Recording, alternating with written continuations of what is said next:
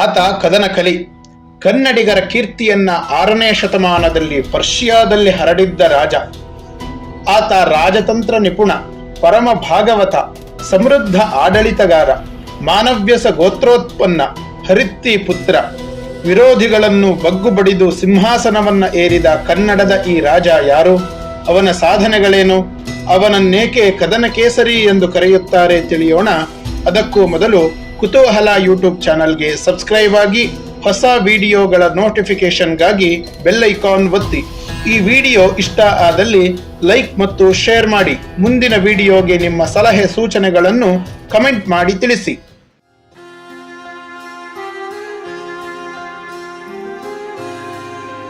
ಸೂರ್ಯ ಮುಳುಗುತ್ತಿದ್ದ ಸಮಯ ಅದು. ಚಾಲುಕ್ಯ ರಾಜಧಾನಿ ವಾತಾಪಿಯಲ್ಲಿ ನೀರವ ಮೌನ. ಚಾಲುಕ್ಯ ಸಾಮ್ರಾಜ್ಯ ಸ್ಥಾಪಕ ಮೊದಲನೇ ಪುಲಕೇಶಿಯ ಮಗ ಮಹಾರಾಜ ಸತ್ಯಾಶ್ರಯ ಕೀರ್ತಿವರ್ಮನ ಆರೋಗ್ಯ ಕ್ಷಣದಿಂದ ಕ್ಷಣಕ್ಕೆ ಹದಗೆಡುತ್ತಿತ್ತು. ಚಾಲುಕ್ಯ ಸೂರ್ಯ ಮುಳುಗಿದ. ಕೀರ್ತಿವರ್ಮನನ್ನು ಕಳೆದುಕೊಂಡ ಚಾಲುಕ್ಯ ಸಿಂಹಾಸನ ಕಳೆಗುಂದಿತು.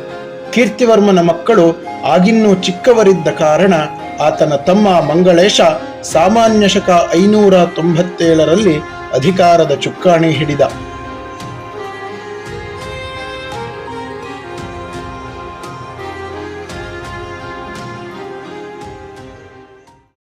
ಮಂಗಳೇಶ ಉತ್ತಮ ಆಡಳಿತಗಾರನಾಗಿದ್ದ.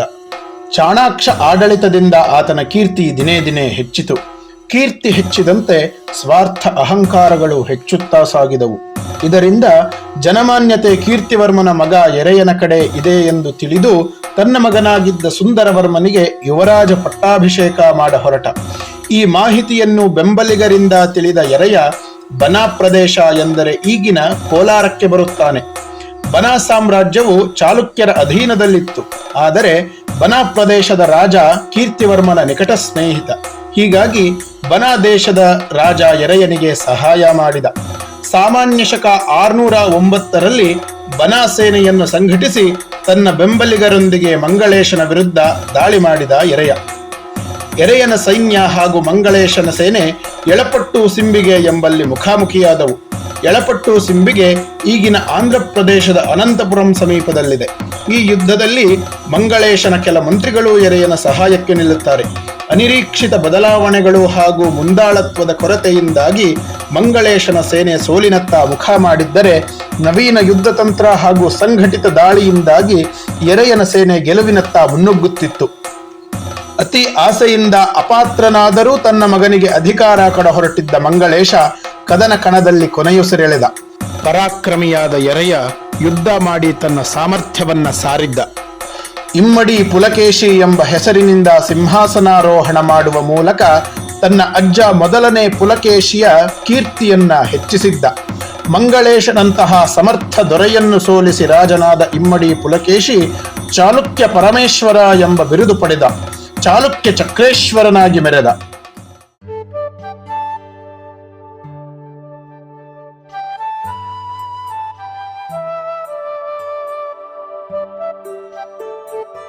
ಇಮ್ಮಡಿ ಪುಲಕೇಶಿಯು ಹುಟ್ಟಿದ ವರ್ಷ ಇತಿಹಾಸಕಾರರಿಗೆ ನಿಖರವಾಗಿ ದೊರೆತಿಲ್ಲ.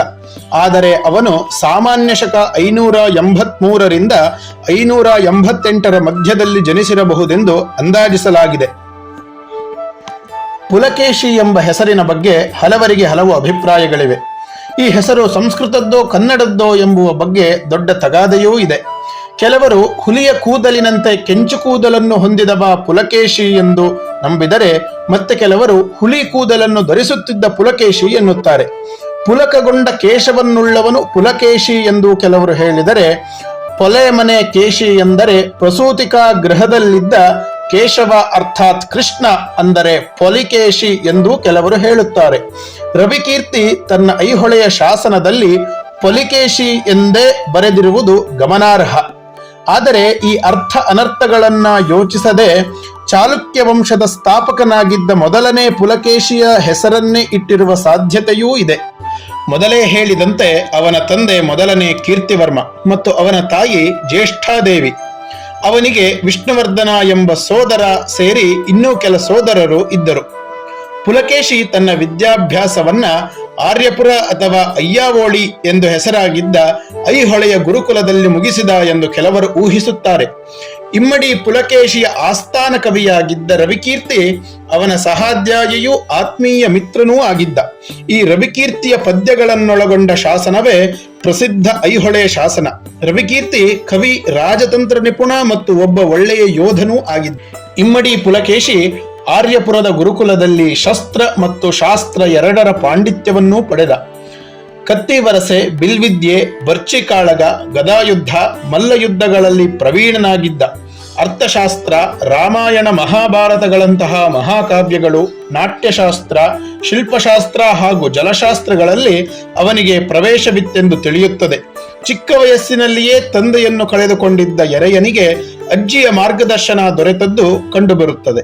ಮುಂದೆ ದೊಡ್ಡವನಾಗಿ ಸಿಂಹಾಸನವನ್ನು ಮಂಗಳೇಶನಿಂದ ಪಡೆಯುವಾಗ ಅವನು ಶಸ್ತ್ರ ಮತ್ತು ಶಾಸ್ತ್ರದ ಪರಿಣತಿಯನ್ನು ಉತ್ತಮವಾಗಿ ಬಳಸಿಕೊಂಡ. ತನ್ನ ಚಿಕ್ಕಪ್ಪ ಮಂಗಳೇಶನಿಂದ ಗೆದ್ದ ಸಿಂಹಾಸನ ಪುಲಕೇಶಿಗೆ ಮುಳ್ಳಿನ ಮಣೆಯಾಗಿತ್ತು. ಮಂಗಳೇಶನ ಸಾಮಂತರಾಗಿದ್ದ ರಾಷ್ಟ್ರಕೂಟರ ಅಪ್ಪಾಯಿಕ ಮತ್ತು ಗೋವಿಂದ ಪುಲಕೇಶಿಯ ಮೇಲೆ ದಂಡೆತ್ತಿ ಬಂದರು. ಯುದ್ಧ ತಂತ್ರ ನಿಪುಣನಾಗಿದ್ದ ಪುಲಕೇಶಿ ಭೀಮಾ ನದಿ ತೀರದ ಆಯಕಟ್ಟಿನ ಪ್ರದೇಶಗಳಲ್ಲಿ ತನ್ನ ಸೈನ್ಯವನ್ನ ನಿಲ್ಲಿಸಿದ್ದ. ಭೀಮಾ ನದಿಯ ಇಕ್ಕೆಲದಲ್ಲೇ ಶತ್ರು ಸೈನ್ಯವನ್ನ ತಡೆದು ಗೋವಿಂದನನ್ನು ಸೆರೆ ಹಿಡಿದ. ಚಾಲುಕ್ಯ ಸೇನೆಯ ರಣಾರ್ಭಟಕ್ಕೆ ಚಲ್ಲಾಪಿಲ್ಲಿಯಾದ ತನ್ನ ಸೈನ್ಯವನ್ನ ಸಂಘಟಿಸಿ ಮುನ್ನುಗ್ಗಲು ಅಂಜಿದ ಅಪ್ಪಾಯಿಕ ಹೇಡಿಯಂತೆ ಪಲಾಯನ ಮಾಡಿದ. ಅಪ್ಪಾಯಿಕ ಮತ್ತು ಗೋವಿಂದರ ವಿರುದ್ಧದ ಜಯವನ್ನ ಪುಲಕೇಶಿ ವಿಜಯ ಸ್ತಂಭವನ್ನು ನಿರ್ಮಿಸಿ ಸಂಭ್ರಮಿಸಿದ. ಹೀಗೆ ವೀರನಾಗಿದ್ದ ಇಮ್ಮಡಿ ಪುಲಕೇಶಿ ಚಾಣಾಕ್ಷ ಮತ್ತು ದೂರದರ್ಶಿ ಆಡಳಿತಗಾರನೂ ಆಗಿದ್ದ. ಈತನ ಕಾಲದಲ್ಲಿ ವಾತಾಪಿ ಸುಭಿಕ್ಷವಾಗಿತ್ತು ಎಂದು ಶಾಸನಗಳಿಂದ ಮತ್ತು ಆ ಕಾಲದ ವಿದೇಶಿ ಯಾತ್ರಿಕರಿಂದ ತಿಳಿದು ಬರುತ್ತದೆ. ಪುಲಕೇಶಿಯು ಬಂಗಾರದ ನಾಣ್ಯಗಳನ್ನು ಚಲಾವಣೆಗೆ ತಂದ ಮೊದಲ ದಕ್ಷಿಣ ಭಾರತದ ರಾಜ ಎಂಬ ಹೆಗ್ಗಳಿಕೆಯನ್ನ ಹೊಂದಿದ್ದಾನೆ. ಚಾಲುಕ್ಯ ರಾಜ್ಯ ಲಾಂಛನವಾಗಿದ್ದ ವರಾಹ ಈ ಬಂಗಾರದ ನಾಣ್ಯಗಳ ಮೇಲೆ ಇರುತ್ತಿತ್ತು. ಹೀಗಾಗಿ ನಂತರದ ದಿನಗಳಲ್ಲಿ ಅತಿ ಹೆಚ್ಚು ಬೆಲೆ ಬಾಳುವ ನಾಣ್ಯಕ್ಕೆ ವರಾಹ ಎಂಬ ಪದ ಜನಜನಿತವಾಯಿತು. ಪರಮ ವಿಷ್ಣು ಭಕ್ತನಾಗಿದ್ದ ಪುಲಕೇಶಿಯನ್ನು ಪರಮ ಭಾಗವತ ಎಂದು ಶಾಸನಗಳು ಕೊಂಡಾಡಿವೆ. ಈತ ಬಾದಾಮಿ, ಮಹಾಕೂಟ, ಐಹೊಳೆ ಸೇರಿದಂತೆ ಹಲವಾರು ಕಡೆ ದೇಗುಲಗಳ ನಿರ್ಮಾಣವನ್ನ ಮಾಡಿಸಿದ. ಬಾದಾಮಿಯ ಜೈನ ಗುಹೆ ಇವನ ಕಾಲದ ನಿರ್ಮಾಣ. ಇವನ್ನು ಹೊರತುಪಡಿಸಿ ಅನೇಕ ಬೌದ್ಧ ಸ್ತೂಪಗಳು, ಚೈತ್ಯಗಳು, ವಿಹಾರಗಳು, ಜೈನ ಬಸದಿಗಳು, ಶಿವ, ಶಕ್ತಿ ಮತ್ತು ಗಣಪತಿಯ ದೇಗುಲಗಳನ್ನೂ ನಿರ್ಮಿಸಿದ್ದಾನೆ. ಈ ದೇಗುಲಗಳು ಈತನ ಉದಾರ ಬುದ್ಧಿಯನ್ನು ಮಾತ್ರವಲ್ಲದೆ ಭಾರತೀಯ ಅರಸರು ಹೇಗೆ ತಮ್ಮ ಇಷ್ಟ ದೈವ ಮತ್ತು ಧರ್ಮದ ಜೊತೆಗೆ ಉಳಿದ ದೈವ ಮತ್ತು ಧರ್ಮ ಕೇಂದ್ರಗಳನ್ನು ಪ್ರಜಾಹಿತಕ್ಕಾಗಿ ಪೋಷಿಸಿ ರಕ್ಷಿಸುತ್ತಿದ್ದರು ಎಂಬುದನ್ನು ಸ್ಪಷ್ಟವಾಗಿ ತಿಳಿಸುತ್ತವೆ.